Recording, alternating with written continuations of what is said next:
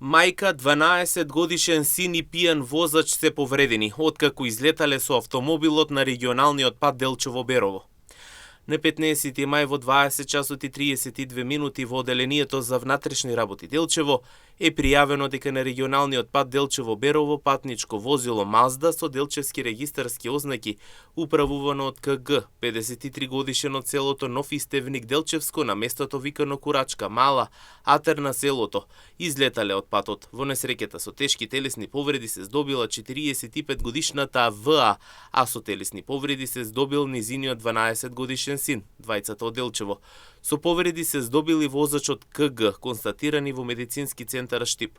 По превземени мерки, полициски службеници кај возачот констатирале дека го управува возилото под дејство на алкохол и кај него били измерени 1,79 промиле алкохол во крвта. Истиот е лишен од слобода и по целосно документирање на случајот ке следува соодветна пријава.